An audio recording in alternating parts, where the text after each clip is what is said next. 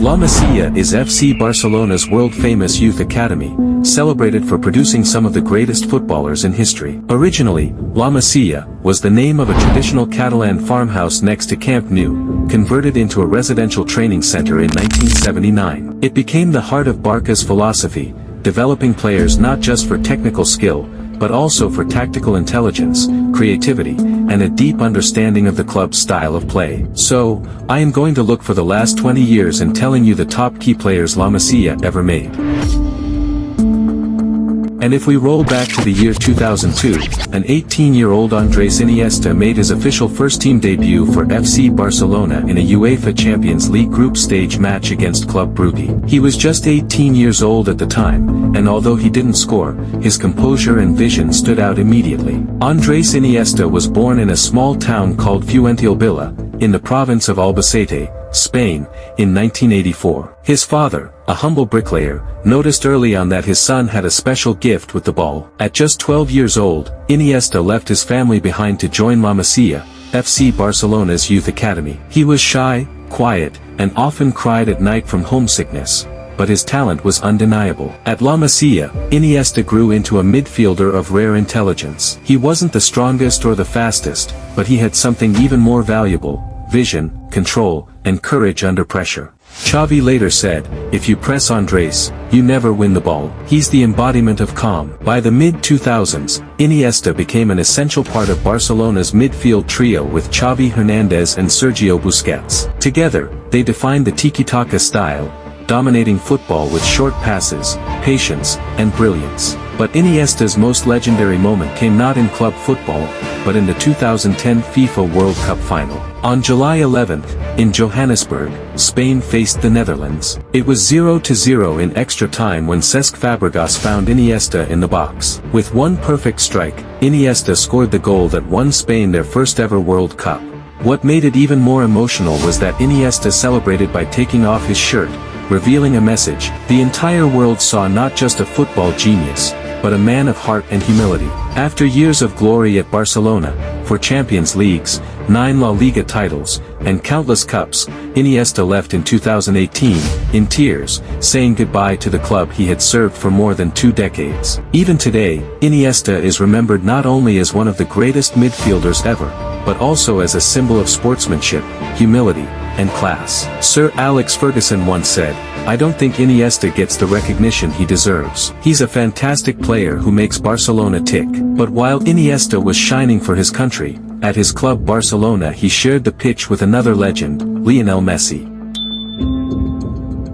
From the moment he touched a ball, his gift was obvious. He dribbled past players far older and stronger than him. But there was one problem. Messi was diagnosed with a growth hormone deficiency at age 11. His family couldn't afford the costly treatment. At that time, many clubs admired his talent but hesitated to take the risk. Then came FC Barcelona. A scout spotted him playing in Argentina and invited him for a trial in Spain. Messi dazzled everyone, small, shy, almost fragile in appearance, yet unstoppable with the ball at his feet. In a famous story, Barcelona's technical director, Carles Rexach, was so convinced by Messi's talent that he signed his first agreement on a napkin in a restaurant, promising to cover his medical treatment and bring him to La Masia. At just 13 years old, Messi arrived in Barcelona. He was tiny, quiet, and homesick, but La Masia became his second home. Surrounded by other young players, he trained obsessively. His close friends included Gerard Piqué and Cesc Fabregas, who remember that Messi would barely speak, but when he played, everyone watched in awe. La Masia coaches taught discipline, tactics, and teamwork, but Messi always had something that couldn't be taught. His balance and dribbling made him glide past defenders. His left foot was pure magic. His hunger to prove himself never faded. Messi rose through the youth ranks at incredible speed. By 2000 to 2004, he was tearing through defenders in Barcelona's academy and B team. His talent was so extraordinary that senior players like Ronaldinho began speaking about him before he even debuted. In 2004, at just 17 years old, Messi made his official debut for Barcelona's first team. From then on, he never looked back. La Masia had turned a frail Argentine boy into the future legend of football. And speaking of La Masia, another player who carried huge expectations is Ansu Fati. Unlike Messi, who had years to develop his career, Ansu was thrown into the spotlight at just 16, becoming the youngest scorer for Barcelona in La Liga. His rise was meteoric, and many even saw him as Messi's heir. After first playing for a local team in Sevilla's youth ranks, he joined La Masia in 2012, when he was just 10 years old. His talent was instantly obvious, a forward with explosive pace, dribbling flair, and an eye for goal. Ansu quickly rose through the academy levels. Coaches at La Masia often compared him to greats like Messi for his ability to change games on his own. In August 2019, at only 16 years old, he made his senior debut for FC Barcelona, becoming the club's second youngest debutant ever.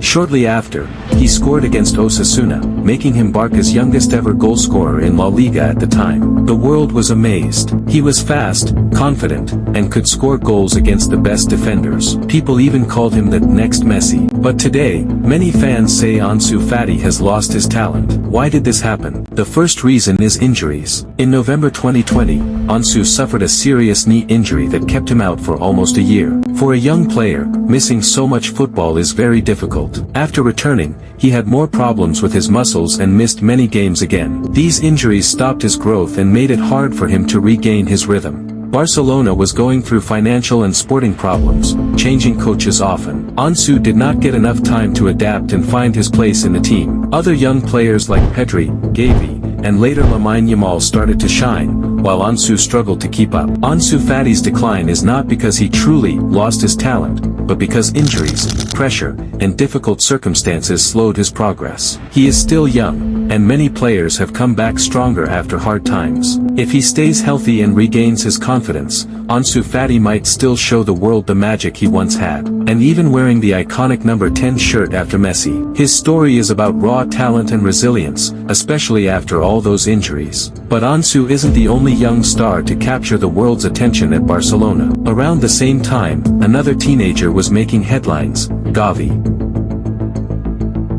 When Pablo Martín Páez Guevara, better known as Gavi, first kicked a ball in Los Palacios y Villafranca, a small town near Seville, his family already knew football was in his blood. From street games to local pitches, the young boy's fearless style set him apart. He wasn't the tallest or the strongest, but he had a fire in him, the kind that made him chase every ball like it was the last one on earth. At just 11 years old, Gavi left his hometown to join La Masia, Barcelona's famed academy. The move wasn't easy, new city, new life, but he carried with him the determination that soon caught coaches' attention. His aggressive pressing, sharp ball control, and never-say-die attitude made him stand out even among the most talented youngsters. Fast forward to 2021, still a teenager, Gavi was thrown into Barcelona's first team during a turbulent period for the club. Many wondered if he was too young, but his response was simple. He played with the heart of a veteran. Within weeks, fans saw that he wasn't just a promising kid. He was fearless, demanding the ball from players twice his age and battling seasoned opponents without hesitation. Luis Enrique saw the same spark. At just 17 years old, Gavi made his debut for the Spanish national team, becoming the youngest player ever to represent Spain. In the middle of the pitch, against world-class opposition, he showed the same grit and confidence he once had as a boy back home in Andalusia. Since then, Gavi has become a symbol of Barcelona's new generation. Speaking of young talents making history, another name that's capturing the world's attention is Lamine Yamal. In the world of football, where dreams often take years to blossom, some stars seem to skip time itself. Lamine Yamal Nasraoui Abana is one of those rare stories, a boy whose name, once whispered in the corridors of La Masia, is now shouted across stadiums and television screens around the world.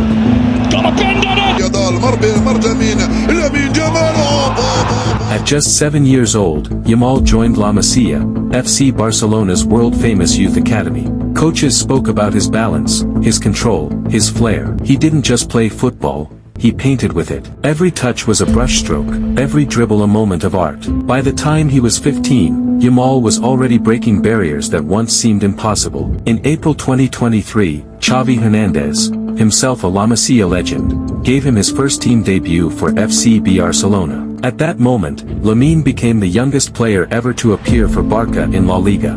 For most teenagers, school exams are the biggest challenge. For Lamine, it was facing La Liga defenders under the lights of the Camp Nou.